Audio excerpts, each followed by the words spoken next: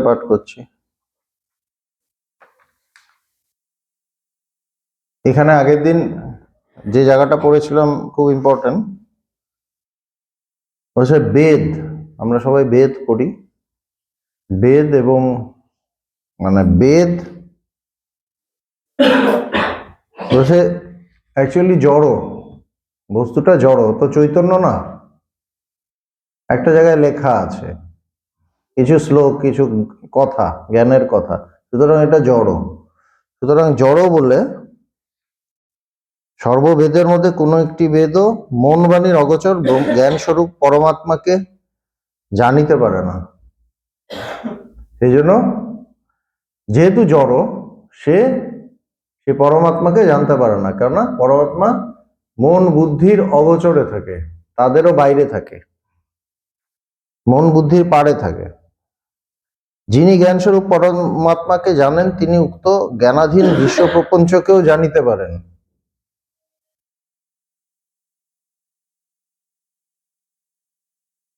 এই জায়গাটাই ইম্পর্টেন্ট। আগের দিন বলেছিলাম যে আমরা যখন কিছু জানি, প্রথমে আমি জ্ঞানটাকে জানি, জ্ঞানটাকে জেনে তারপর জগৎটাকে জানি। তুই ওই ঘরে যা। যখন কিছু জানি তখন জ্ঞানটাকে জানি, তারপর জগৎটাকে জানি। সুতরাং বা আমি যখন কিছু জানছি তখন প্রথমে নিজেকে ফিল করছি, প্রথমে আমি নিজেকে ফিল করছি, তারপর জগৎটাকে ফিল করছি। কেন আমি থাকলেই তো জগৎ থাকে, আমি থাকলে তুমি থাকে। সুতরাং প্রথম আমি, আমার যেমন আমি ঘুমিয়ে আছি তখন তো আমি নিজেকে ফিল করতে পারছি না, তখন জগৎকেও ফিল করতে পারছি না। সুতরাং আমাদের প্রতি মুহূর্তে যখন আমাদের কোনো অনুভব হয়, তখন প্রথমে আমি নিজেকে অনুভব করি। প্রতি মুহূর্তে আমি জগৎকে যে অনুভব করছি, জগতের কিছু না কিছু জ্ঞান হচ্ছে, তার আগে স্প্লিট অফ এ সেকেন্ডের মধ্যে আমরা নিজেকে অনুভব করি, তারপর জগৎটাকে অনুভব করি। কিন্তু ওটা এত ফাস্ট হয়, সেই জন্য ওই যে নিজেকে অনুভব করলাম এইটা ধরতে পারি না। এই নিজেকে অনুভব করতে পারলেই, ওটাকে ধরতে পারলেই ব্রহ্মজ্ঞান। আজকেই একটু আগেই একটা দেখছিলাম, স্বামী প্রেমেশানন্দজির কথা। সর্বপ্রিয়ানন্দজি বলছেন, রামকৃষ্ণ মিশনের স্বামী প্রেমেশানন্দজি বিরাট জ্ঞানী সাধু ছিলেন। তো তিনি সারদা মায়ের মন্ত্র শিষ্য ছিলেন। এই যে তৃষা জাগিলে একটা গান আছে না, সেটা ওনার লেখা, দারুণ সন্ন্যাসী। তো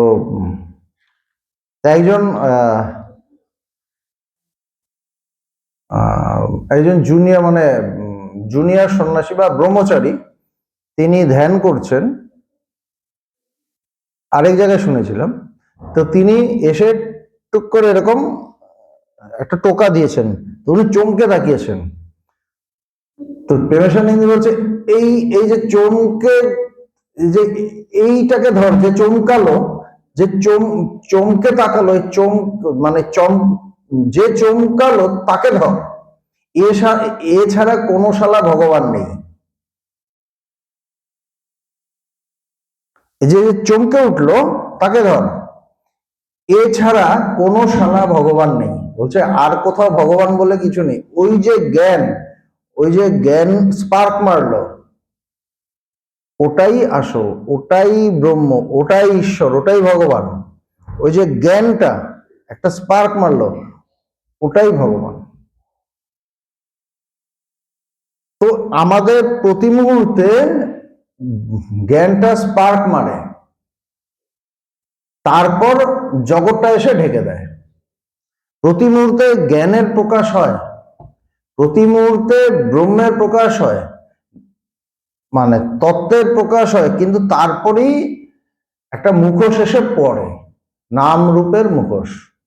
সঙ্গে সঙ্গে জ্ঞানটা, তার অরিজিনাল যে জ্ঞানটা, এটা ঢেকে যায়। এটা প্রতি মুহূর্তে, আমরা যে প্রতি মুহূর্তে যে অনুভব হচ্ছে, জগতের অনুভব, এটা দেখছি, এটা শুনছি, প্রতি মুহূর্তে তো কিছু না কিছু অনুভব হচ্ছে। প্রতি মুহূর্তে হচ্ছে। আর প্রতিটা মুহূর্তে জগতের প্রতিটা অনুভবের আগেই কিন্তু ওই অনুভবটা হচ্ছে, নিজের অনুভবটা হচ্ছে। কিন্তু আমরা জগৎ নিয়ে এত মুগ্ধ থাকি, ওই অনুভবটাকে ধরতে পারি না। এটাই বলছেন কত হাজার বছর আগে সেই সনত কুমার, ঋষি সনত কুমার ধৃতরাষ্ট্রকে বলছেন যে প্রতিটা মুহূর্তে একই কথা বলছেন। যিনি জ্ঞান স্বরূপ পরমাত্মাকে জানেন, তিনি উক্ত জ্ঞানাধীন দৃশ্য প্রপঞ্চকেও জানিতে পারেন। সুতরাং যে পরমাত্মাকে জেনে নিল, জ্ঞানটাকে জেনে নিল, তো জগতের যে জগৎটা সেটা তো জ্ঞানের আন্ডারেই আছে। জগৎটা যখন জ্ঞানের আন্ডারে আসে তখন তো আমি জগৎটাকে জানি। আমার জ্ঞানের বাইরে একটা জিনিস আছে, তখন তো আমি ওটাকে জানবো না। যেমন এখানে একটা সামনে একটা জিনিস দেখা গেল, কিছু একটা, আমি তখন দেখলাম ও আচ্ছা এটা এটা কি জানলাম, তো ওইটা আমার জ্ঞানের যে আন্ডারে এলো, তারপর আমি ওটাকে জানতে পারছি। ও আমার চোখের বাইরে যদি থাকে, আমি যদি তার অস্তিত্ব সম্পর্কে কোনো খবর কিছুই না জানি, তাহলে ওকে আমি জানতে পারবো না। তো প্রথমে আমরা নিজেকে, জ্ঞানটাকে যে জেনে নিচ্ছে, জ্ঞানের সাহায্যে যে জ্ঞেয় বস্তুর জ্ঞান হচ্ছে তাকেও সে জেনে নিচ্ছে। যেমন মাটির ঘট, মাটির হাতি, মাটির ঘোড়া, মাটির এটা খেলনা, মাটিকে জানলে সবই জানা হয়ে যায়। সেরকম ভাবে জ্ঞানটাকে যে জেনে নিল, সে সমস্ত জগৎটাকে জেনে নিল। এইটা সেদিন বলেছিলেন, বেদে না বেদম না বেদুর না বেদ্যম, তাহা হইলে বেদ দ্বারা পরমাত্মা ও প্রপঞ্চ কোনো কিছুরই জ্ঞান হয় না। আর বেদ তো জেনারেলি ব্রহ্মজ্ঞানের কথাই বলে, মানে সেই ব্রহ্মের কথাই বলে, কিন্তু আবার বলছে কি যে বেদ ও ব্রহ্মকে জানতে পারে না। যত্র বেদা অবেদা ভবন্তি একটা জায়গায় আছে, বলছে যেখানে বেদ অবেদ হয়ে যায়, মানে বেদও তাকে জানতে পারছে না। তার মানে বেদ জগৎকেও জানতে পারছে না, কেন জগৎ তোর সাবজেক্ট না, জগতের সম্পর্কেও বলে না। আবার বেদ পরমাত্মাকেও জানতে পারছে না। ইহা বলাতে অনাত্মবিদের নিকট জগতেরই সিদ্ধি হইবে না, এই আশঙ্কার উত্তরে বলিতেছেন। বলছে তাহলে তো লোকে তো ব্রহ্মকে জানে না, আবার যদি বেদ জগৎকেও যদি না দেখায়, না প্রতিপন্ন করে, তাহলে তো বেদেরও তো কোনো ইউজ নেই। এরকম যখন মানুষের একটা সন্দেহ আসবে, আশঙ্কা আসবে, একটা প্রশ্ন আসবে, তাহলে বেদের কি দরকার আসতে পারে। তো সেটা নিয়ে এর পরের ইয়েটা বলছেন। তার আগে আরেকটা জায়গা, ওই আগে যে কথাটা বলছিলাম যে জ্ঞান হলে, জ্ঞানের সাহায্যে সবকিছুকে জানা যায়, সেটা নিয়ে আরেকটু ব্যাখ্যা করছেন। খুব সুন্দর একটা অনুভব, মানে একটা উদাহরণ দিয়েছেন। দর্পণে মুখের প্রতিবিম্ব দর্শনকালে সর্বপ্রথম দর্পণের জ্ঞান না হইয়া, যেমন সেই দর্পণের প্রতিবিম্বিত মুখের দর্শন হয় না। প্রথমে আমাকে জানতে হবে ওটা আয়না, আমি আয়নায় মুখটা দেখব। তো প্রথমে আমার কি জানতে হবে, ওটা আয়না। আয়না জেনে আমি তার সামনে দাঁড়ালাম, তারপর ওটার মধ্যে আমার নিজের মুখটা দেখলাম। তা আমার প্রথম জ্ঞানটা হচ্ছে কিন্তু এটা আয়না, তারপর আয়নায় যেটা প্রতিফলন হচ্ছে সেটাকে দেখছি, তাই তো? প্রথমে তো আয়না, ওইটা আয়না, ওই তো আয়না, চল দেখি গিয়ে কেমন আছে মুখটা, কেমন লাগছে, শুকনো হয়ে গেছে। এইবার গিয়ে তাকালাম, দেখলাম মুখটা শুকনো হয়ে গেছে, ক্রিম মাখতে হবে। তো প্রথমে কিন্তু আমার আয়নার জ্ঞানটা হচ্ছে, তারপর আয়নায় যেটা প্রতিফলন হচ্ছে তার জ্ঞান হচ্ছে। তদ্রূপ সর্বপ্রথম সচ্চিদানন্দ স্বরূপ পরমাত্মাকে না জানিয়া মায়াবশে সেই পরমাত্মাতে কল্পিত নাম রূপাত্মক জগতের প্রতীতিও জ্ঞান হয় না। সেরকম ভাবে কি বলছে যে সচ্চিদানন্দ স্বরূপকে না জেনে, আমরা সবাই স্বরূপত সচ্চিদানন্দ, বা এই জ্ঞানটা কি সৎ চিত আনন্দ স্বরূপ, আমাদের এটাই স্বরূপ। প্রথমে তার জ্ঞান হয়, তার জ্ঞান হয়ে তারপর জগতের জ্ঞান হয়। তদ্রূপ সর্বপ্রথম সচ্চিদানন্দ স্বরূপ পরমাত্মাকে না জানিয়া, তো পরমাত্মাকে না জেনে, যেটা আমি বলেছিলাম প্রথমে জ্ঞানটাকে জানতে হবে, পরমাত্মাকে না জেনে পরমাত্মাতে কল্পিত নামরূপাত্মক জগতের প্রতীতি ও জ্ঞান হয় না। এই যে জগৎটা কি, জগৎটা এই পরমাত্মার উপরই বা জ্ঞানের উপরই জ্ঞানেরই একটা কল্পনা, মায়ার জন্য একটা কল্পনা, সেটাই জগৎ। তাই তো? এই যে জগৎটা কি, মায়া দিয়ে এই জ্ঞানের উপরই একটা কল্পনা করা হয়েছে, এটাই তো জগৎ। জগতের তো আসলে অস্তিত্ব নেই। মায়াতে এই এই জ্ঞানের উপর আমি জগৎটাকে কল্পিত রূপে দেখি, কিন্তু আমি বুঝি না এটা কল্পিত, যেহেতু আমার অজ্ঞান থাকে। তা সেই জন্য প্রতি মুহূর্তে, যেমন একটা দড়িকে সাপ দেখছি, প্রতি মুহূর্তে কিন্তু আমি দড়িটাকেই দেখছি। আমি সাপ সাপ বলে চিৎকার করছি, কিন্তু দড়িটাকে তো আমি দেখছি। তারপর ওটাকে আমার মনে হচ্ছে এটা সাপ, কিন্তু দেখছি তো দড়িটাকে। সেরকম ভাবে জগৎকে যে জানছি, প্রতি মুহূর্তে আমি তার আগে পরমাত্মাকে জানছি। কেন পরমাত্মাতেই অধ্যস্ত হলো এই জগৎ বা কল্পিত হলো এই জগৎ। নামরূপাত্মক জগতের প্রতীতিও জ্ঞান হয় না। পঞ্চদশীতে এই কথাটা পঞ্চদশীতে আছে, অদ্বৈতানন্দ প্রকরণ। অতএব বিষয় জ্ঞান কালে সচ্চিদানন্দ প্রতীতি পুরস্বরী জগৎ প্রতীতি হইয়া থাকে। জ্ঞানী এই রহস্যটি জানেন, কিন্তু অজ্ঞানী তাহা জানেন না। বলছে এটা কে জানে? এটা জ্ঞানী জানে, অজ্ঞানী জানে না। এই যে রহস্য, যে প্রথমে আমরা ব্রহ্মকেই জানি, তারপর জগৎকে জানি, এটা জ্ঞানীর কাছে পরিষ্কার, অজ্ঞানীর কাছে পরিষ্কার না। অজ্ঞানী এই রহস্যটা জানতে পারে না। সেভাবে যে কোথায় কোথায় ব্রহ্ম, কোথায় ঈশ্বর, কোথায় সত্য, সব তো জগৎকেই দেখছি, জগৎটাই আমার কাছে দেখা যাচ্ছে। কিন্তু জগৎ দেখার আগেই তোমার ওইটার অনুভব হয়ে গেছে, কিন্তু এত ফাস্ট হয়েছে তুমি ওটা ধরতে পারোনি। এত ফাস্ট হয়েছে তুমি ধরতে পারোনি। যেমন ভগবানের দিকে তাকিয়েছি, কথা শুনছি, ভগবান একজনের সাথে কথা বলতে বলতে এক ঝলক আমার দিকে তাকিয়ে দেখে নিলেন, এত ফাস্ট দেখে নিলেন, দেখে আবার চোখ ঘুরিয়ে দিলেন। আমি ওই সময় আর ধরতে পারলাম না। ওই সময় হয়তো এদিক ওদিক করছিলাম, এটা দেখবো ওটা দেখবো, এর দিকে তাকিয়ে আছি ওর দিকে তাকিয়ে আছি, হট করে আমাকে দেখে নিলেন, দেখে আবার চোখ ঘুরিয়ে নিলেন। সেরকমই প্রতি মুহূর্তে আমাদের ব্রহ্মজ্ঞানটা হচ্ছে আগে, ব্রহ্মকে অনুভব করে জগৎকে অনুভব করছি, কিন্তু ধরতে পারছি না। জ্ঞানী তাহা জানে আর অজ্ঞানী তাহা জানে না, এটাই তফাৎ। ইহাই জ্ঞানী অজ্ঞানীর পার্থক্য।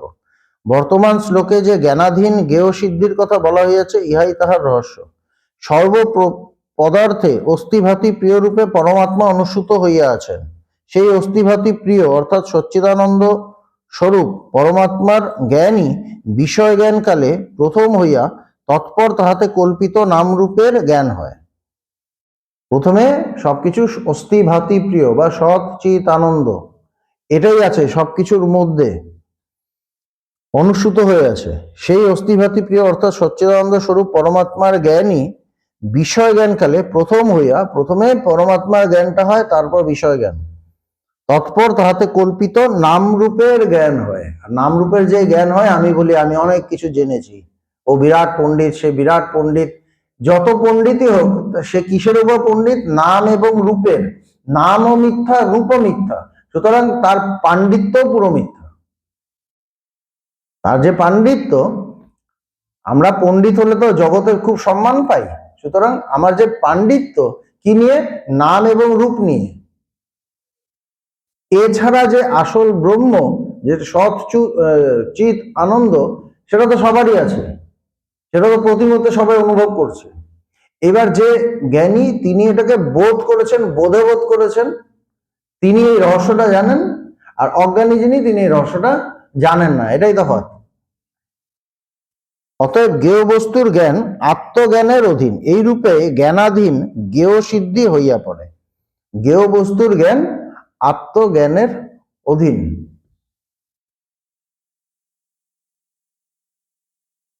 তারপর কি বলছেন? সমগ্র বেদাধ্যায়ী হইলেও সেই ব্যক্তি কেবল ভেদ জ্ঞান সহায়ে জড় দৃশ্যবর্গকেই জানে, পরমাত্মাকে জানে না। সমগ্র বেদাধ্যায়ী হইলেও সেই ব্যক্তি কেবল ভেদ জ্ঞান সহায়ে জড় দৃশ্যবর্গকেই জানে, পরমাত্মাকে জানে না, যেটা বললাম নাম এবং রূপ দিয়ে জানে। প্রচুর বেদ একদম সব মুখস্থ, এক একটা জায়গায় এক একটা সাবজেক্ট, আলাদা আলাদা সাবজেক্ট তার মধ্যেও। তার মানে যেটা জানছে সেটা হলো নাম এবং রূপ। এই জন্য বলছে ভেদ জ্ঞান সহায়ে জানে, বলছে। কোথাও বলছে যে পুজো করো, কোথাও বলছে এই করো, কোথাও বলছে যজ্ঞ করো, এই ঠাকুরকে এটা দাও, ওই ঠাকুরকে ওটা দাও, সবই তো ভেদ। এই ঠাকুর আলাদা, ওই ঠাকুর আলাদা, এখানে পুজোর উপকরণ আলাদা, ওখানে যজ্ঞের উপকরণ আলাদা, এটা দিতে হবে ওটা দিতে হবে, এই শ্লোক এনার জন্য এই শ্লোক, ওনার জন্য ওই শ্লোক, সবই তো ভেদ। ভেদ তো সব। সুতরাং কি বলছেন, যে সমগ্র বেদাধ্যায়ী হইলেও সেই ব্যক্তি কেবল ভেদ জ্ঞান সহায়ে জড় দৃশ্যবর্গকেই জানে, পরমাত্মাকে জানে না। জড় দৃশ্যকেই জানে, পরমাত্মাকে জানে না। কেন? নাম এবং রূপকে জানে। কেন জানে না? কেন? পরমাত্মা বাক্য মনের অতীত। বেদ তো কিছু শ্লোক, কিছু সংস্কৃত শ্লোক, তারও তো পরমাত্মা তো তারও অতীত। সুতরাং ওইভাবে জানতে পারো না। এমনকি বেদসমূহ সেই পরম তত্ত্বকে অবগত নহে। বেদ তাকে বিষয় করতে পারে না। কিভাবে বিষয় করবে? বেদ তো বাক্যমনের মধ্যে, আন্ডারে, আর পরমাত্মা বাক্যমনের অতীত। সুতরাং যেটা বাক্যমনের মধ্যে আছে, কেন মন দিয়ে আমি বেদের কথা চিন্তা করি, আর ওখানে কিছু বাক্য পাই, কিছু শব্দ পাই। শব্দ মানে আমার পঞ্চেন্দ্রিয় গ্রাহ্য, মানে গ্রাহ্য, আমাদের পাঁচটা ইন্দ্রিয়ের মধ্যে, আন্ডারে। আর পরমাত্মা কি, ঈশ্বর কি, তারও পারে। সুতরাং তাকে জানবে কিভাবে? বিষয় করতে পারো না। তথাপি বেদের পরমাত্মা তত্ত্ব প্রতিপাদন প্রক্রিয়া বিষয় অভিজ্ঞ বেদবেত্তা ব্রাহ্মণগণ বেদ সহায়ে সেই মন বাণীর অগোচর জ্ঞানস্বরূপ পরমাত্মাকে জানিয়ে থাকেন। এবার আরেকটা কথা, তাহলে কি বেদের কোনো ইউটিলিটি নেই? এবার প্রশ্নটা কি আসবে, যদি জানতে না পারে তাহলে আর বেদের দরকার কি? বেদ পড়বো কেন? এবার বলছে কি, পরমাত্মাকে প্রতিপাদন করে কিভাবে? বেদ সেই ঈশ্বরকে বা সত্যকে বা সেই পরমাত্মাকে, ব্রহ্মকে প্রতিপাদন করে কিভাবে? হচ্ছে লক্ষণাবৃত্তির সহায়ে। এগুলো বেদান্তের কথা। লক্ষণাবৃত্তি, সেই মন বাণীর অগোচর জ্ঞান স্বরূপ পরমাত্মাকে। তথাপি বেদের পরমাত্মা তত্ত্ব প্রতিপাদন প্রক্রিয়া বিষয় অভিজ্ঞ বেদবেত্তা ব্রাহ্মণগণ, বলছে যে বেদ যে ব্রহ্মকেই প্রতিপাদন করে, ব্রহ্মকেই দেখায়, সেই বিষয়ে যিনি আসল রহস্যটা জানেন, তিনি এটা বুঝতে পারেন যে কি না, বেদ লক্ষণাবৃত্তি দিয়ে তাকে দেখাচ্ছে। কিরকম? ওটা আমি আসছি ওটাতে। তো বলছে যে তাহলে তম তু ঔপনিষদম পুরুষম পৃচ্ছামি ইত্যাদি শ্রুতিপাককে কেবল উপনিষদ হইতে জ্ঞাতব্য। একটা জায়গায় এরকম আছে শ্রুতিতে, বেদে, যে তিনি উপনিষদ দ্বারা জ্ঞাতব্য, উপনিষদ তাকে জানায়, তাকে প্রতিপাদন করে। বলছে তাহলে এই কথা কেন বলা হচ্ছে? বেদ যদি তাকে জানতেই না পারে, তাহলে এটা কেন বলা হচ্ছে? এই শঙ্কার উত্তর মানে বলছেন, তাহলে একান্ত অবিষয় ব্রহ্ম প্রতিপাদনার্থ উপায়টি কি? বলছে যে ব্রহ্মকে যে প্রতিপাদন করবে সে তো মানে মন বুদ্ধির অগোচর, তাহলে তাকে কিভাবে দেখাবে? তো বলছে উত্তরে, তটস্থ বৃত্তি সহায়েই বেদ পরমাত্মার বোধক হইয়া থাকে, ইহাই বলিতেছেন। তটস্থ বৃত্তি সহায়। তটস্থ বৃত্তি কিরকম?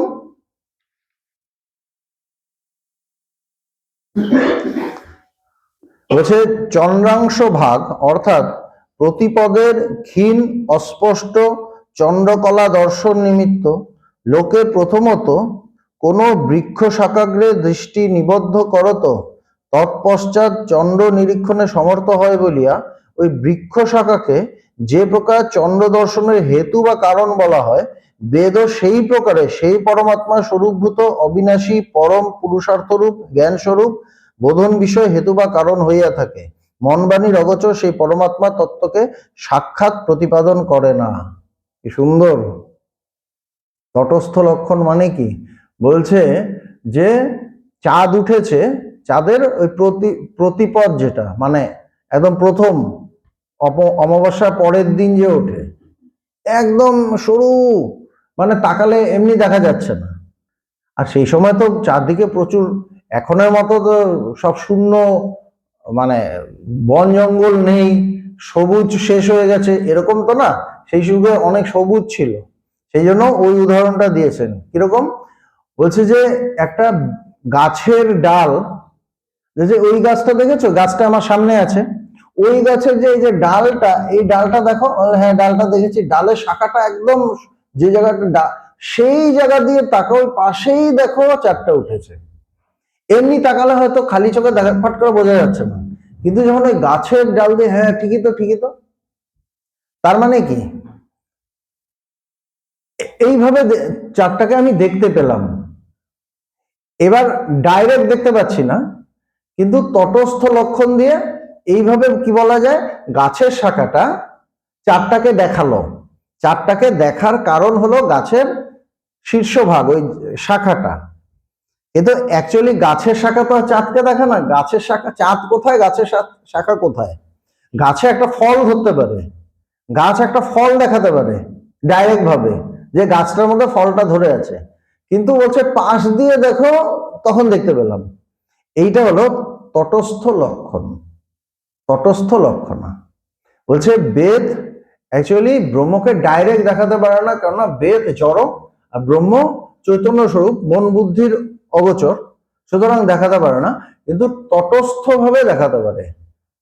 যে একটা ওই দিকে একটা মানে নির্দেশ করতে পারে, একটা এমন ভাবে ইয়ে করে ওইদিকে নির্দেশ করলো। বলছে বেদটাও সেইভাবে তটস্থ ভাবে ইনডাইরেক্টলি ব্রহ্মকে প্রতিপাদন করে, ডাইরেক্ট করতে পারে না।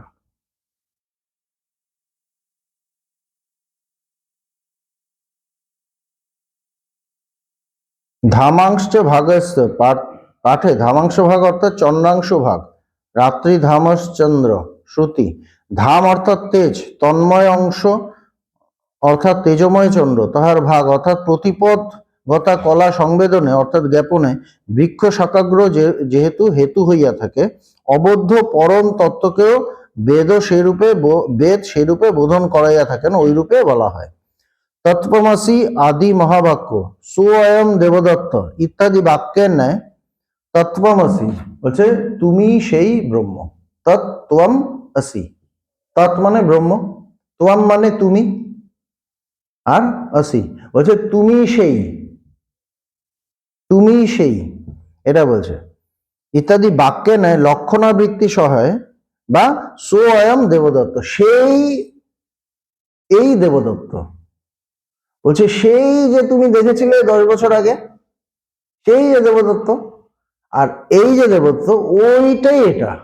এবার সেই সময় যখন দেখেছিলাম 10 বছর আগে, সে হয়তো রোগা ছিল, একরকম ছিল, হ্যাঁ এখন মোটা সোটা হয়েছে, তার মোচ টোচ হয়েছে, চাকরি বাকরি করে, তখন বাচ্চা ছেলে ছিল। তার মানে ওইটাই যে এটা, চেহারা দিয়ে দেখতে গেলে মিল নেই, তো সেই দেবদত্তই এই দেবদত্ত। এখানে আমি কিভাবে নিচ্ছি, চেহারা যদি নিই পুরো, তাহলে তো মিলবে না, তাইলে আমি কি করব, বলছে কিছুটা গ্রহণ করব, কিছুটা ত্যাগ করব। চেহারাটা নিলাম না, চেহারাটা ত্যাগ করে বাকি যে তার ওই দেবদত্তর যে আরো কিছু ক্যারেক্টার যেটা মিলছে সেটাকে নিলাম। লক্ষণা, এগুলোকে বলছে লক্ষণা, ভাগ ত্যাগ লক্ষণা, মানে কিছুটা ত্যাগ করে দিলাম, কিছুটা নিলাম, বোঝা যাচ্ছে? সেরকম ভাবে তৎ আসি, তৎ মানে সেই ব্রহ্ম, ব্রহ্ম কি সৎ চিৎ আনন্দ স্বরূপ, আর আমি কি, আমি দেখছি আমি একটা শরীর আছে, জড় পদার্থ, তার মধ্যে একটা প্রাণ আছে, সে এই করতে চায় ওই করতে চায়, কিন্তু সেই ব্রহ্ম কি, ব্রহ্ম হলো একদম নিত্য শুদ্ধ বুদ্ধ মুক্ত পূর্ণ আত্মা, অনন্ত। আবার আমি কি, নিত্য না, এই জন্ম হয় এই মৃত্যু হয়, শুদ্ধ না, নানা রকম আমার মধ্যে অপূর্ণতা আছে, মানে অশুদ্ধ আছি, শরীর মন দুটোই অশুদ্ধ, বুদ্ধ আমি জ্ঞানীও নই, মুক্তও না আমি বদ্ধ। তাহলে আমি কিভাবে ওই ব্রহ্ম হই? তখন বলছে এখান থেকে কিছু বাদ দিতে হবে, বাকি যেটা থাকবে সেইটাই তুমি। মানে ওইভাবে দেখাচ্ছে, কেন ক্যারেক্টার দিক দিয়ে দেখলে ব্রহ্মের সাথে আমার কোনো সম্পর্ক নেই, মানে কোনো মিল নেই, কিন্তু কিছু জায়গা যদি বাদ দিই তখন দেখবো ইয়েস আমি সেই। এই বাদ দেওয়ার প্রক্রিয়াটাই হলো সাধনা। আমি নিজে কিছু গ্রহণ করব না, আমি অ্যাকচুয়ালি বাদ দেব। তো বলছেন যে তত্ত্বমসি আদি মহাবাক্য সোয়ম দেবদত্ত ইত্যাদি বাক্যে নয় লক্ষণাবৃত্তি সহায়ে ভাগ ত্যাগ লক্ষণা দ্বারাই নির্বৃত্তিক নির্বিষয় স্বরূপ জ্ঞানটি যেন সংকেতে প্রতিপাদন করিয়া থাকেন। একটা সংকেত করা হয়, একটা সিগন্যাল করা হয় যে দেখো এই, মানে ওইটা থেকে ধরতে হবে, ওইটা যে ধরতে পারবে সে বাজিটা মারতে পারবে। কিন্তু আমি ভীষণ স্থূলভাবে যদি ভাবি তাহলে ধরতে পারবো না, আমার গভীরে যেতে হবে, সূক্ষ্মে যেতে হবে। এই জন্য আমরা ভাগ ত্যাগ লক্ষ্য না, কিছুটা গ্রহণ করতে হবে, কিছুটা ত্যাগ করতে হবে। ত্যাগটা যদি না করতে পারি তাহলে আমি মিল পাবো না, আর যদি এটা ত্যাগ করতে পারি তাহলে ভেতরে গিয়ে দেখবো একই, সেই এক, ওই যে সেই এই দেবদত্ত, এইটাই তুই, বাবা তোকে কেমন দেখেছিলাম। কিন্তু ওখানে কোনো একটা জায়গায় মিল আছে, কিন্তু তার সাথে কিছু অ্যাড হয়েছে, ওটাকে বাদ দিতে হবে। বোঝা গেল? সুতরাং আমাদের মধ্যে আমরা সবাই সেই ব্রহ্ম, কিন্তু নাম রূপ এই যে অ্যাড হয়ে গেছে, ওপরে পড়েছে, অজ্ঞানতা ওপরে পড়েছে, এটাকে বাদ দিলেই দেখবো সেটাই আমি, সেই ব্রহ্মটাই আমি। তাৎপর্য এই যে বেদ শাস্ত্রই ব্রহ্মজ্ঞানের মূল কারণ। শাস্ত্র যোনিত্বাৎ ব্রহ্মসূত্র, ব্রহ্ম কেবল শাস্ত্র ব্রহ্ম, প্রমাণান্তর বেদ্য নহে। বলছে এইভাবে ভাগ ত্যাগ লক্ষণা দিয়ে, লক্ষণাবৃত্তি দিয়ে বেদ ব্রহ্মকে প্রতিপাদন করে, কিন্তু ডাইরেক্ট ভাবে সাক্ষাৎ ভাবে প্রতিপাদন করতে পারে না, কেননা বেদ জড় আর ব্রহ্ম তার পারে চৈতন্য স্বরূপ। সুতরাং কিভাবে উনি কি চরম জ্ঞানের কথাগুলো বলছেন এই সনত কুমার, কিন্তু কতটা ধরতে পারছেন ইনি কে জানে।